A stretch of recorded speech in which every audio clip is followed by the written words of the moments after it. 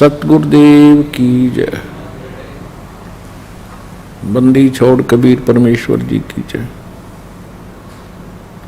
बंदी छोड़ गरीबदास जी महाराज जी की जय। स्वामी राम देवानंद जी गुरु महाराज जी की जय हो।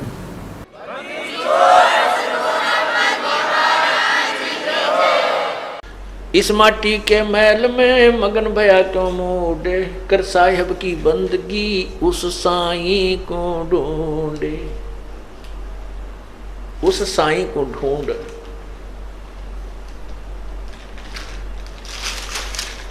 उस परमात्मा, उस साईं माने उस भगवान को, तत्ब्रह्म को ढूंढ।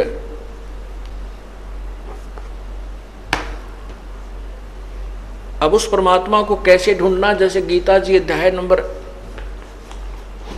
17 के श्लोक नंबर 23 में कहा कि उस परमात्मा के पाने का मंत्र है ओम तत्सत। ओम तत्सत। ओम ब्रह्म का जाप है और तत् जो है ये परब्रह्म का जाप है। तत् सांकेतिक जो सार, जिसको सतनाम प्राप्त हो गया है वो समझेगा। अब जैसे हम प्रथम मंत्र में आपको ओम नाम दिया जाता है, वो सावित्री ब्रह्मा जी का जाप है, अर्थात वो स्वाद चक्र को खोलने की कुंजी है। अब स्थान स्थान पर अंतर होता है। जैसे एक लड़की के पिता का नाम भी हवा सिंह है और पति का नाम भी हवा सिंह है। अब स्थान स्थान पर अंतर है। जिस पिता से जन्म हुआ है उसका नाम भी हवा सिंह है, उसमें उसका भाव पिता वाला है, और जिससे उसका विवाह हुआ उसका नाम भी हवा सिंह है, उसमें उसका वहाँ वो पति हवा सिंह ही जाना जाता है। वही हवा सिंह नाम जो है वहाँ पति है। तो कहने का भाव यह है कि जो ओम मंत्र आपको प्रथम मंत्र ब्रह्म गायत्री में दिया जाता है तो वो सावित्री और ब्रह्मा का जाप है। और जब आपको सतनाम के अंदर जो नाम दिया जाता है यही नाम ये ब्रह्म का जाप है। और तत् जो दूसरा मंत्र है वो परब्रह्म का जाप है। जैसे अब तीसरा नाम लेने की होड़ सी लगी थी, सार नाम लेने की, सार शब्द लेने के लिए हमने बार बार प्रार्थना आ रही थी कि हमें सार नाम दो जी, सार नाम दो जी, तीसरा नाम दे दो जी। अच्छा भाई, अभी जेल से आए हैं, अभी थोड़ा सा अपनी व्यवस्था में बनाने में थोड़ा टाइम लगे, हमने 2-3 महीने लगे, और आपको सार नाम देंगे, अवश्य देंगे, क्योंकि ये तो आपके लिए सारा साजबाज जोड़ रखा है। अब उनको बुलाया, उनसे परीक्षा ली तो 485 में थे, मेरे ख्याल में 40 पास हुए। ओ तेरा गजब भैया। अब एक तेन्यू तक लाना देगा, बोला जी आपने ढंग से ना बताया नाम देते समय। अरे तेरा गजब हुए, तीसरा नाम तो PhD का है। उसने कहा कि आपने केवल ये बताया था कि ये नाम ऐसे जपना है, दूसरा तत् ऐसे जपना है, आपने उतना बताया यो ब्रह्म का है, यो परब्रह्म का है। वह बोला ये सत्संग करते समय मैं बता कौन से रागनी गाया करता, यही तो बताता हूँ। तुम्हारे को ये देखना था तुम्हारी बुद्धि कहाँ काम करती है। वो तेरा गजब हो। और फिर मन ने उलाना देने का, आपने ढंग से ना बताया है, यह भी उलाना उठूंगा भाई। आए सत्संग में बताता हूँ, हर बार कहता हूँ कि तत् यो ब्रह्म ओम ब्रह्म का जाप है, और तत् जो दूसरा मंत्र ये पर ब्रह्म का जाप है, और तीसरा पूर्ण ब्रह्म का जाप है। और फिर भी उलाना मेरे सिर पे। और तेरा पहली क्लास की बातें करते हो बच्चे, कोई बात नहीं, इसलिए आपको बार बार बुलाया गया है और ये अभ्यास आपका होगा। तीसरा नाम देना तो परमात्मा ही देना है, और उसमें फिर आपके पास समय भी नहीं है। जैसे उस दिन 485 नाम लिखा गए थे, 285 भाग गए, 200 रह गए, 200 में थे 20-30 वो पास हुए, वो भाग्य उनके पास एक दिन और रुकने का समय नहीं था। रोहतक गए, रोहतक तो निकल गए उधर के उधर, कदे फिर घर के छो माजा। अरे पुण्यात्माओं, परमात्मा पाने के लिए ये नाम तो ऋषि महर्षियों को नहीं मिला जिन 88-80 हजार वर्ष तक तप किए, और आपको एक दिन और रुकने में परमात्मा निकटाव थे और वो भी छोड़ के भागे। तो फिर तीसरे नाम के योग्य भी हो कहाँ गए। अपनी नमज आप टटोल लिया करो एक आदि पर कि हम कितने योग्य हुए हैं। सार नाम इब्राहिम सुल्तान अधम बलख बुखारे का बादशाह था, उसने घर त्याग दिया। परमात्मा ने कहा था बेटा जा बेशक तो अपना राज्य भी कर, भक्ति कर। तो उसने कहा नहीं पिता, नहीं परमात्मा, अब तो बच्चे संभाल लेंगे, वो सियाने हो गए, अब उस नरक में नहीं जा सकता, और मुझे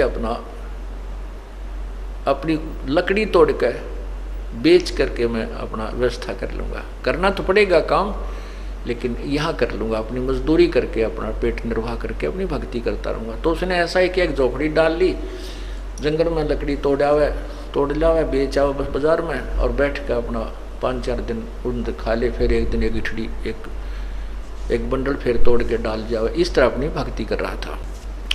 प्रथम मंत्र दिया, फिर सतनाम दिया प्रभु ने, फिर सार नाम के लिए, क्योंकि सत्संग में सुनता रहता था, फिर कहा भाई सार भी दिया जाएगा, सार नाम के बिना मोक्ष नहीं हो सकता।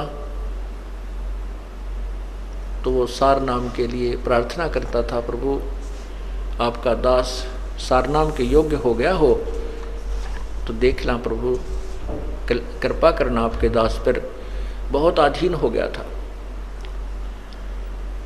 परमात्मा ने कहा भी अवश्य बेटा, नाम जब तुम योग्य हो जाएगा अवश्य नाम देंगे। तो एक दिन प्रभु ने कहा भी तुमको सार नाम दिया जाएगा, आप ऐसे ऐसे उस दिन वहाँ आना हमारे पास आश्रम में, या जैसे भी कोई स्थान निहित किया।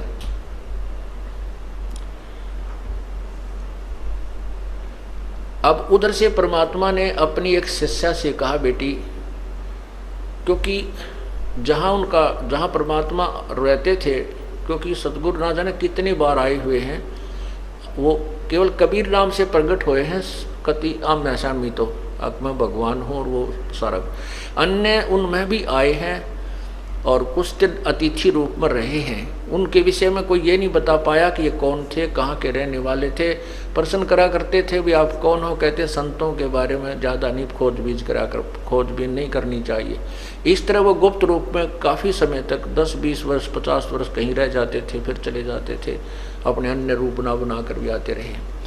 तो वो वहाँ एक आश्रम सा बनाकर प्रभु रहा करते थे, एक झोपड़ी सी डाल के। तो वहाँ बुलाया उनको के, और उसमें प्रवेश करने से पहले 5-4 मकान आते थे, और वो एक ही गली थी उसमें एंट्री करने की, और उसमें 5-4 जो मकान थे उनमें से एक मकान अपने भगत का था। तो उस लड़की से कहा बेटी अब के ये भगत आएगा सार नाम लेने के लिए, उस दिन बता दिया, उस दिन आना, क्योंकि वो गुरु वचन पर चलता था, भगत गुरु वचन पर चलते थे, उसी दिन आना था।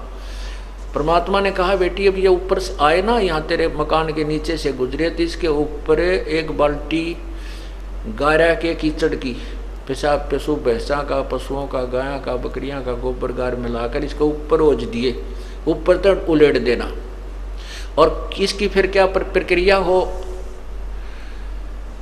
इस गारा के मिट्टी के कीचड़ के डलने के उपरांत इसकी क्या प्रक्रिया हो वो मुझे बताना, यो तुझे कैसा व्यवहार करे। तो उस लड़की ने ऐसा ही किया। इब्राहिम सुल्तान जी आ रहे थे, ये बल्ख बुखारा के बादशाह थे, जिन्होंने राज रूज त्याग करके अपना एक साधारण से व्यक्ति का जीवन जी रहे थे, भक्त का। अब जैसे आपको बताया था कि विकार मरे मत जानियो जो भूबल में आग, बहुत अधीन था, नम्रता भी बहुत थी, आता था सत्संग में जब भी जी साहब जी सर। अब ये तो परीक्षा होगी जब पता चलेगा हम कितने नम्र हैं, कितना क्रोध और काम और लोभ त्याग गया है, जब सामने चीज होगी जो पता चलेगा। तो वो आ रहा था, उस लड़की ने वो एक काम किया, ऊपर तक वो पूरी बाल्टी ठोक दी उसके ऊपर, और तब उसने नुक्कती ला ला करके देखा ऐसे, तो बहुत गुस्से में कहने लगा कि यदि आज मैं राजा होता तुझे वो सजा देता दुनिया देखती। तेरी आंखें फूट गई हैं क्या, आते जाते नहीं दिखाई देते तुझे। अब वो लड़की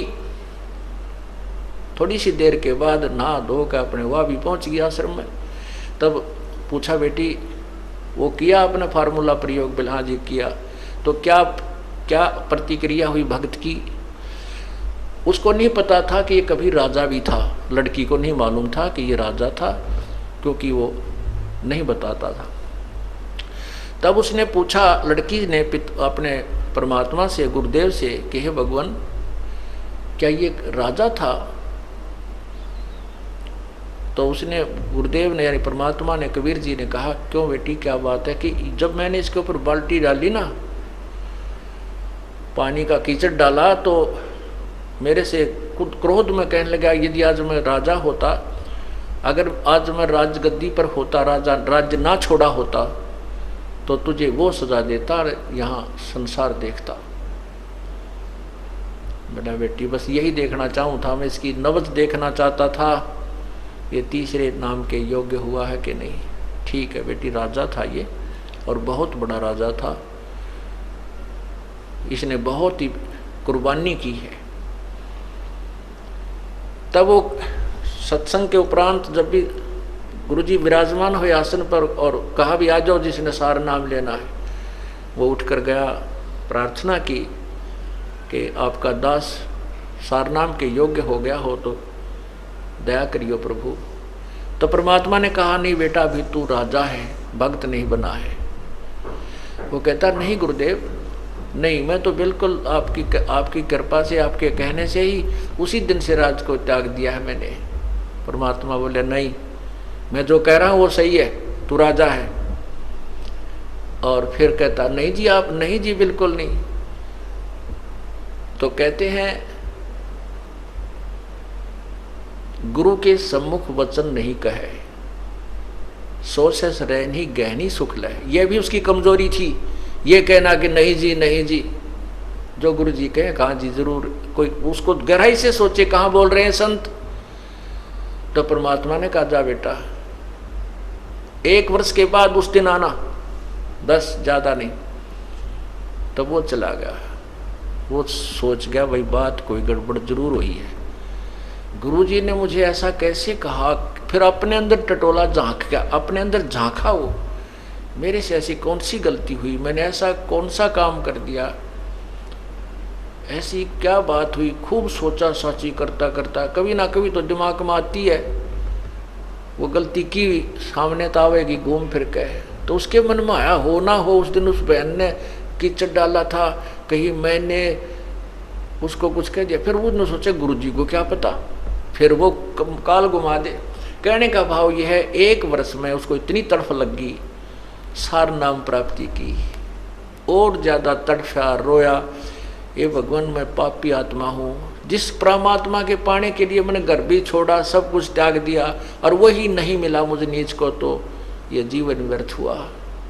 तो बहुत विनम्र हो गया, अंतःकरण के अंदर बहुत ज्यादा विनम्रता, रोने से परमात्मा की ज्यादा भक्ति की। 1 वर्ष के बाद वो फिर उस दिन निर्धारित दिन को आया, तो परमात्मा ने कहा बेटी आज फिर वही फार्मूला करना इसके ऊपर, और इसकी प्रतिक्रिया बताना मुझे। दूसरी बार जब वो आया, बल्ख बुखारे का बादशाह उसी स्थान से गुजर रहा था, उस लड़की ने ऊपर से उसी प्रकार वह कीचड़ डाल दिया। तब वो कहता है कि, तो वो लड़की कहती है भाई साहब मैंने दिखे को नहीं, आप दिखाई नहीं दी, माफ करना, कौन हो आप, और मेरे से गलती होगी, माफ करना।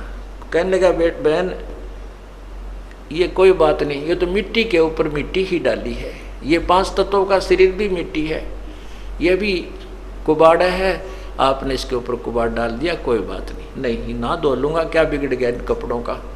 इतनी विनम्रता उसके अंदर आई। तब वो परमात्मा के चरणों में पहुंचा, फिर तो उल्टा चला गया वो, किधर नदी नहर में जाकर नहाया धोया, कपड़े धोए, सुखा सुकू का फिर आया। आना था उस दिन, तो चरणों में बैठ गया। तब लड़की से पूछा परमात्मा ने बेटी आज क्या गतिविधि थी उस भगत की। आज उसने जी ऐसे ऐसे कहा कि कोई, मैंने तो कहा भाई साहब गलती होगी, मैंने दिखाई नहीं दी, माफ़ करना। वो कहने लगा नहीं कोई बात ना बहन, माटी पर माटी ये तो डाली है, इससे क्या फर्क पड़ गया। मिट्टी पर मिट्टी ही डाली है, अब धो के नहा धो के आ जाऊंगा, क्या फर्क पड़ गया।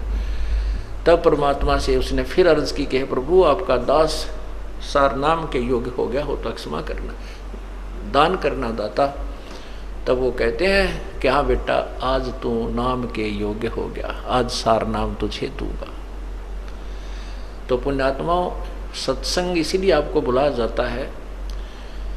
आपने महीने में लगभग गणना नहीं तो 1 सत्संग 2 सत्संग अवश्य अटेंड करने चाहिए, क्योंकि 6 सत्संग हम करते हैं, 1-2 अटेंड अवश्य करना चाहिए। और सारे पीरियड अटेंड कर लो तो जल्दी बात बन जाएगी, ज्ञान समझ में आए बिना ये मोक्ष नहीं हो सकता। तो उस परमात्मा को कैसे पाया जाएगा उसके विषय बताया कि ओम तत् सत इति निर्देश ब्रह्मण त्रिविध समर्थ।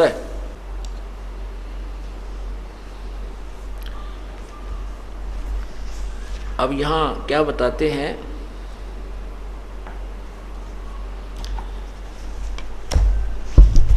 इस माटी के महल में मगन भया क्यों मूडे, कर साहिब की बंदगी उस साईं को ढूंढे। फिर क्या बताते हैं, कच्चा हीरा कर्च होवे नहीं सह घन मार, ऐसा ये मन हो रहा लेखा लेकर तारे।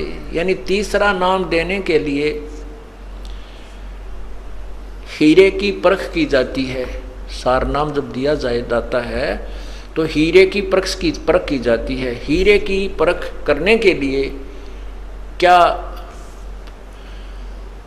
कैसे परीक्षण किया जाता था पूर्व समय में, कि हीरा एक गोल गोल सा कंचे टाइप होता है, चमकदार धातु होती है, पत्थर सा होता है पर चमक जबरदस्त होती है उसकी, और उसको उसमें कच्चा हीरा भी होता है और पक्का हीरा भी होता है। पक्का हीरा की क्या पहचान होती है कि उसको एहरन पर रख के नीचे एक लोहे का मूसल सा गड़ा हुआ होता जमीन में, उसके ऊपर लोहार कारीगर लोहे को नीचे उस पत्थर के मोटे खंभे से पधर कर ऊपर तक घन मारता है, थोड़े मारता है, तो नीचे जो लोहा है उसको एहरन बोल देते हैं। उस आहरण के उसके ऊपर रखकर ऊपर से घन की चोट मारते हैं पूरी जबरदस्त हीरे के ऊपर। यदि उसमें कहीं निशान पड़ जाता है तो वो कच्चा हीरा है, वो 2 कौड़ी का नहीं है। और उसके ऊपर निशान नहीं पड़ता है, पूरे घन की जबरदस्त चोट मारने से 10 मार ले तो वो पक्का हीरा है, वो अनमोल है, वो कीमती हीरा है।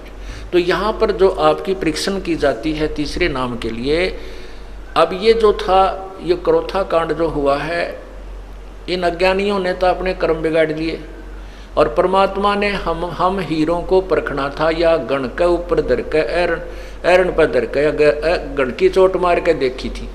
जो कच्चे थे वो रह गए, पक्के थे ये हीरे न्यू के न्यू आगे, ये कोई करच नहीं हुआ, यानी उसमें कोई खरोंच नहीं आई। कच्चा हीरा करच होवे और नहीं सह घन भार घन मार, ऐसा यो मन हो रहा लेखा लेकर तार। परमात्मा जब आपका ये परीक्षण करेगा ऐसा मन होगा तब आपको ये सार नाम दिया जाएगा। अब आप जो भक्तात्मा इस कांड के बाद भी डगमग नहीं हुए, आप हीरे तो हो गए हो, इसमें कोई शक नहीं, आप हीरे हो, पर कच्चे पक्के रहे फिर परीक्षा ली जाएगी। आपको सार नाम देते समय आपको चाहे कितना ही समय आपको बार बार बुलाया जाए, आपके मन में ये नहीं आना चाहिए कि मेरे तो 10 चक्कर कटा लिए, तो फिर भी आप कच्चे हीरे हो, पक्के नहीं हो। क्योंकि डॉक्टर के पास जिस किसी का फोड़ा हो गया और डॉक्टर कहता भाई इसका चीरा देना पड़ेगा, इसमें उस फोड़े में बहुत ज़्यादा पीड़ा भी हो रही है, तो मरीज कहता जी आज दे दे चीरा, मैं तो घना तंग पा रहा हूँ, बहुत दुख हो रहा, पीड़ा सहन नहीं होती। डॉक्टर कहता बेटा कल आना, दवाई दे देता है।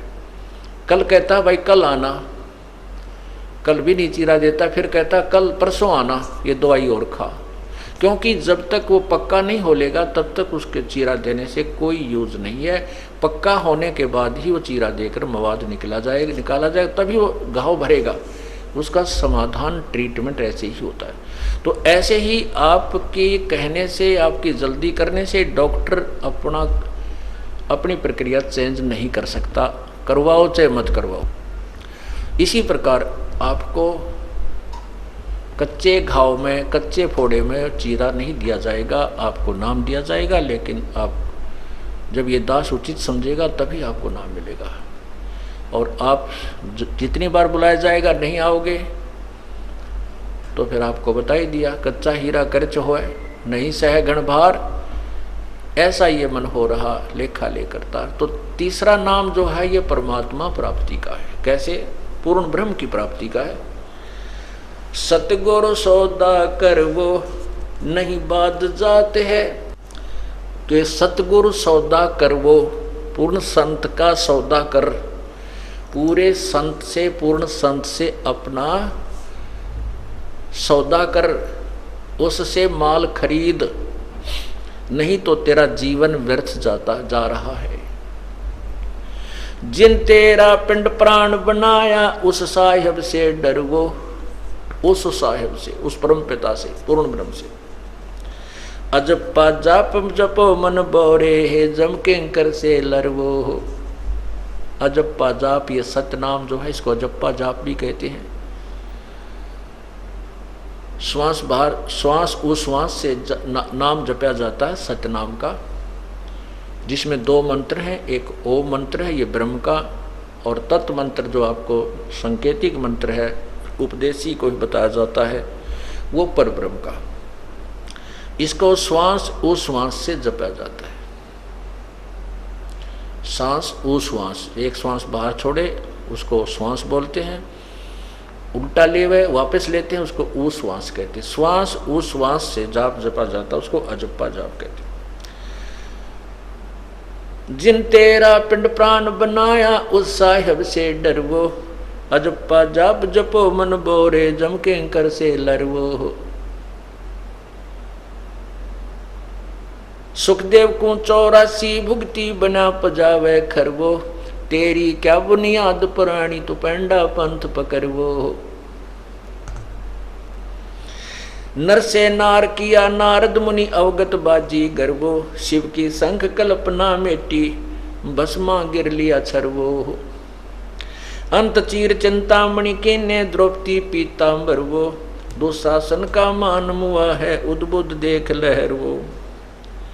अजामेल गणिका के लारे गई अयोध्या तेरवो, वाल्मीकि का शंख बजाया जहां 12 कोट विपरवो।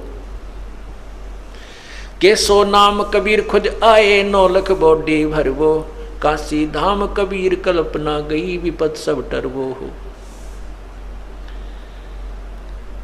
गगन मंडल के मध्य महल है जा मूरत अजर अमर वो, दास गरीब कबीर हरि ही मिले परम पद हर वो।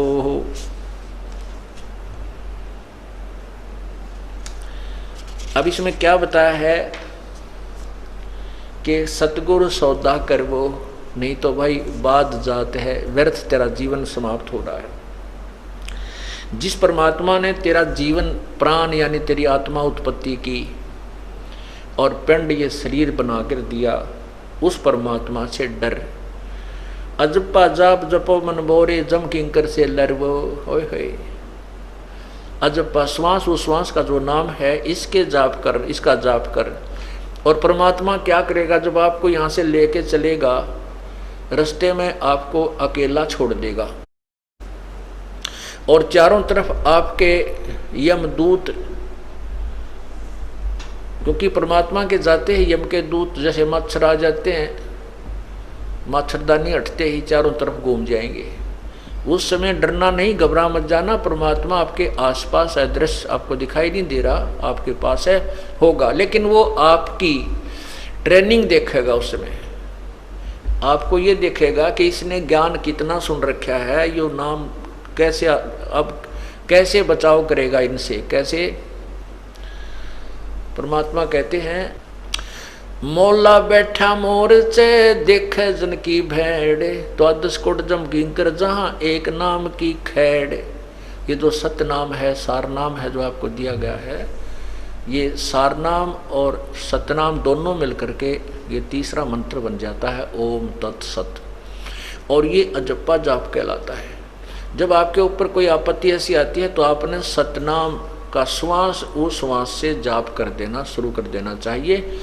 जैसे आप कई बार सोपन में दब जाते ऐसा लगता है, चाहे सोपन, क्योंकि सोपन तो उसमें ही लगता है कि हम सोपन में हैं, उस समय तो हमें यथार्थ ही महसूस होता है। कोई आपत्ति आती है, इस तरह को भयंकर वस्तुएं दिखाई देती हैं, तो सतनाम का सिमरण करना शुरू कर देना चाहिए श्वास उस श्वास से। तो क्या बताते हैं कि मोला बैठा मोरचे, वो परमात्मा आड़ में बैठ के अपने भगत की उस खिलाड़ी का खेल देखता है। ये कौन सा दाव लगाता है दुश्मन के ऊपर, जैसे कोच देखता है अपने खिलाड़ी को, ये पहलवान को, ये कौन सा दाव लगाता है इस दूसरे पहलवान को चित करने के लिए। मोला बैठा मोरचे देखे जन की भेड़, भेड़ माने भिड़ंत, उसकी कुन की कुश्ती देख रहा है यम किंकरा की और अपने भगत की। तो उसके लिए क्या दाव बताते हैं कि 12 करोड़ यमदूत वहां पर हो और एक सतनाम का सिमरण कर दे, या एक टक्कर में वह सारे कमर के तान गिरेंगे, उनके जो है ना पीछा जाके लगेगा।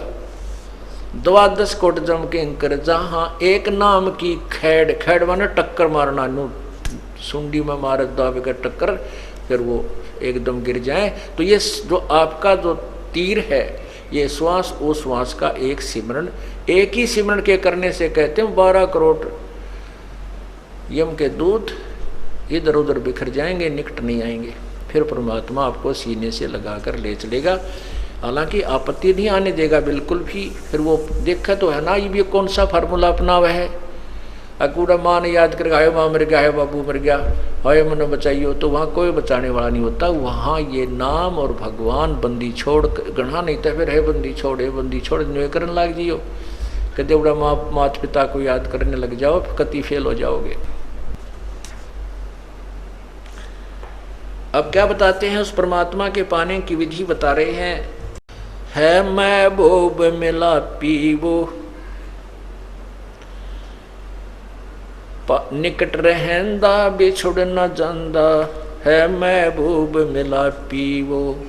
2100-600 दम है, 2100-600 दम है, नाभ नासिका मा पीवो। श्वास उश्वास मध्य बसत है, जिन ये थापना था पीवो। सुरत नरत मन पवन समोवो, जपले अजप्पा जा पीवो। तिल की ओट सुमेर बसत है, समझ बूझिया काफी वो। गरीब दास सट दर्शन खाली, पत्थर पूजे पापी वो। के जो पत्थर पूजते हैं वो अपराधी हैं, क्योंकि गीता जी में लिखा कि शास्त्र विधि को छोड़कर जो अन्न उपासना करते हैं वो अपराध कर रहे हैं। जैसे गीता जी अध्याय नंबर 7 के श्लोक नंबर 12 से 15 में तीनों गुणों रजगुण ब्रह्मा, सदगुण विष्णु, तमगुण शिव जी अर्थात त्रिगुणमयी माया के उपासकों को भी राक्षस स्वभाव को धारण किए हुए मनुष्यों में नीच दुष्कर्म करने वाले मूर्ख कहा है।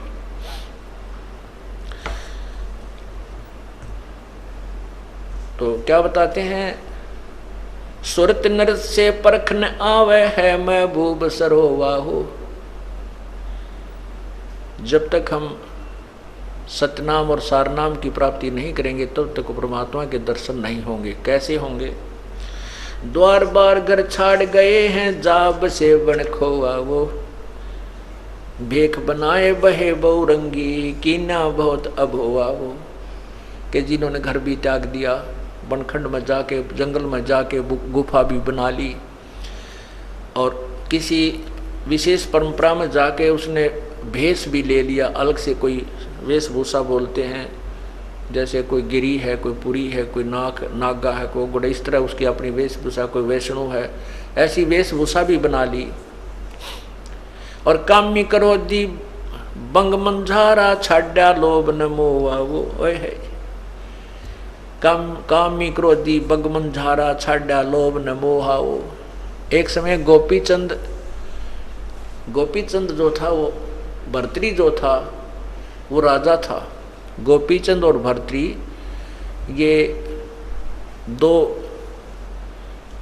गोरखनाथ जी के शिष्य थे और इन्होंने घर भी त्याग दिया, राज्य भी त्याग दिया। एक दिन भर्तृ जी, चांदनी रात्रि थी, चांदनी रात्रि में रात के समय जा रहा था, सफर कर रहा था, यात्रा कर रहा था अकेला, और उसके साथ भर्तृ भी, गोपीचंद भी था, वो पीछे था। अब भर्तृ जा रहा तो आगे किसी ने पान खा के थूक रखा था, अच्छा बुलबुला सा हो रहा था उसका, और चांद की चांदनी में, प्रकाश में वो ऐसा चमका था जैसे लाल हो। अब उसने देखा गोपीचंद, भर्तृ पीछे, गोपीचंद पीछे रह गया, बाथरूम करने लग गया, पेशाब पेशाब करने लगा, वो बैठ गया। उसने देखा और उसने सोचा लाल है कितना, उसने ठहठाया, हाथ मारा, सारा दस गया। उधर से भर्तृ, गोपीचंद का ध्यान पड़ गया, क्या मिल गया महात्मा जी ने बोला मेरे कर्म मिल गए, मेरे कर्म मिल गए, मैंने सोचा था लाल है, यूँ मेरा हाथ दर्श गया थूक मेरे तरह के। तो परमात्मा यहाँ कहते हैं घर भी त्याग दिया और लोभ फिर भी ना छूटा, लाल पर टूट के पड़ गया, लाल समझ गया, वो थूक ठा लिया अंधेरे में। तो यहाँ कहते हैं कामी क्रोधी बंग मझारा, छोड़ा लाभ लोभ न मोहा, वो पिता विवेक अक्षमासी, माता जिन दूर किया दिल द्रोहा, वो मांडा खेत नेत जस गाँव, सतगुर पकड़ा लोवा, हो 14 भवन गवन सब छूटे, दिल ही अंदर जोया, वो है निज धाम दरस दिल माही, कर्म भरम सब खोया, वो सिज्जा अदर सिंहासन अवगत तुरिया पुद में सोया, वो अनहद तारी लगी हमारी, उजू अकल से धोया, हो अनहद तारी, तारी माने लो, और अनहद माने अखंड, यानी हर समय उस परमात्मा की ही का ही चिंतन बना रहे, उसी की लगन लगी रहे, उसको अनहद तारी कहते हैं, जिस जो कभी खंड ना हो। अब क्या कहते हैं कि बिना प्रेम पावे नहीं चाहे कोट समाधि ला, परमात्मा के प्रति जब तक हमारी आत्मा नहीं खिंचेगी, यानी उसमें प्रेम नहीं होगा, प्रभु नहीं मिलेगा। और फिर उसके साथ बताते हैं कि छिन घटे छिन बढ़े, छिन चढ़े छिन उतरे, सो तो प्रेम ने कहावे, और अघट प्रेम पिंजर बसे, प्रेम कहावे सोई। जैसे थोड़ी सी देर में तो भाव बन गया, थोड़ी सी देर में फिर उसे हो गए, कोनी रुचि रही, तो ये कहते हैं अभी सच्चा लगन पूरी प्रेम तेरा, अखंड अनहद तारी नहीं लगी तेरी अभी। छिन चढ़े छिन उतरे, सो तो प्रेम ना कहावे, और अघट प्रेम जो कभी ना घटने वाला, कभी कम न होने वाला, जो प्रेम शरीर में बस जाएगा, तो प्रेम कहावे सोई।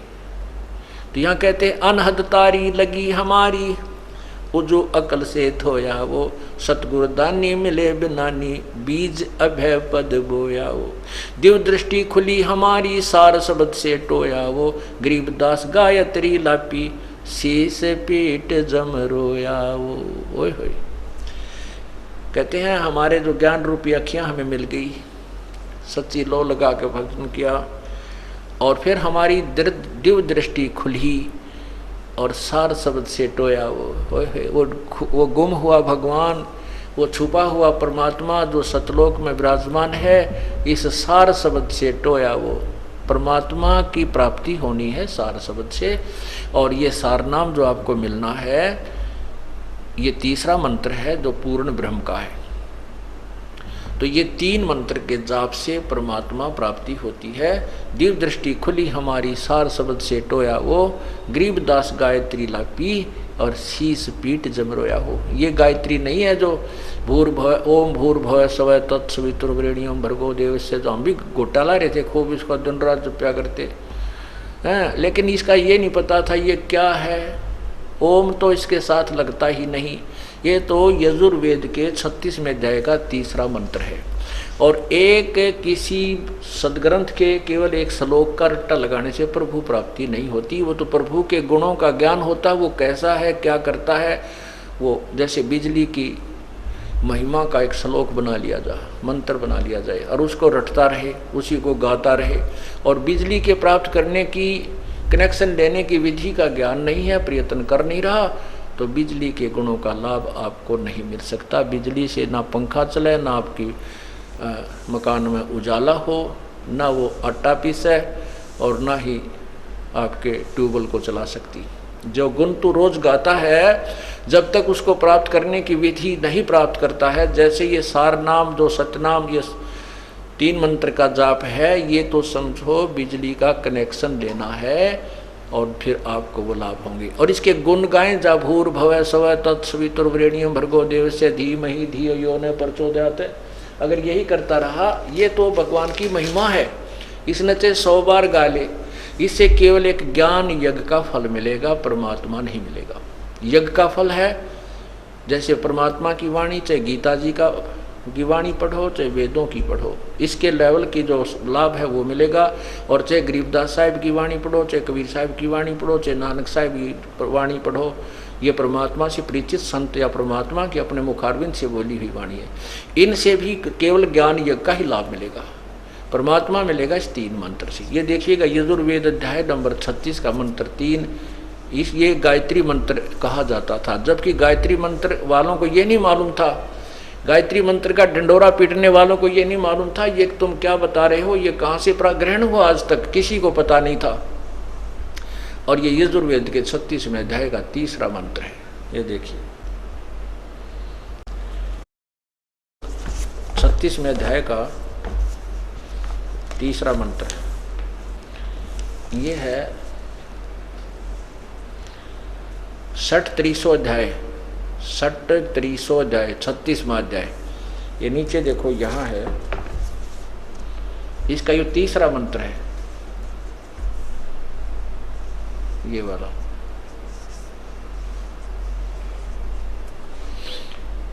ये 3रा मंत्र है,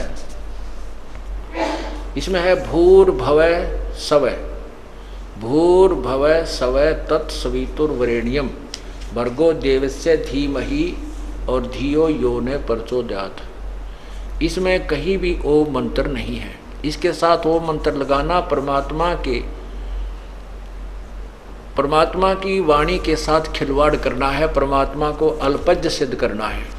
भगवान ने तो केवल इतना ही बोला, और इसमें हम और जोड़ दें कुछ तो वो हमारी अपनी नालायकी और चतुरता है कि हम दूसरों को अपनी सूझबूझ से अट्रैक्शन करने के लिए उनके साथ खिलवाड़ करें, उसे लाभ भी नहीं मिलता। जैसे मोटरसाइकिल या कार के पिस्टन के साथ में कोई नट अलग से वेल्ड करके कोई कहे कि अब ये पिस्टन और ज़्यादा अच्छा बन गया है, उसने तो काम बिगाड़ दिया। वो तो कंपनी ने स्पेसिफाइड बना रखा था, उसके साथ खिलवाड़ करना मूर्खता और उसके वर्केबिलिटी पर प्रभाव डालना ही है। तो इसके साथ ओम मंत्र नहीं लगना चाहिए, पूर्ण परमात्मा की महिमा है ये। और ओम है ये ब्रह्म का जाप। जैसे प्रधानमंत्री के साथ राष्ट्रपति को कहे मुख्यमंत्री साहब जी और फिर उसका नाम ले, वो कितना प्रसन्न होगा। प्रधानमंत्री को मुख्यमंत्री कह कर संबोधित करे तो वो बहुत नाराज होता है, और जो काम करना चाहे तो भी ना करे, उसको कहे भगा दे यहाँ को, इसको ये नहीं पता मैं मुख्यमंत्री हूँ या प्रधानमंत्री हूँ। मुख्यमंत्री मेरे सामने करबद्ध होकर खड़े हो जाते हैं। तो इसलिए इन नादानों ने, अनजानों ने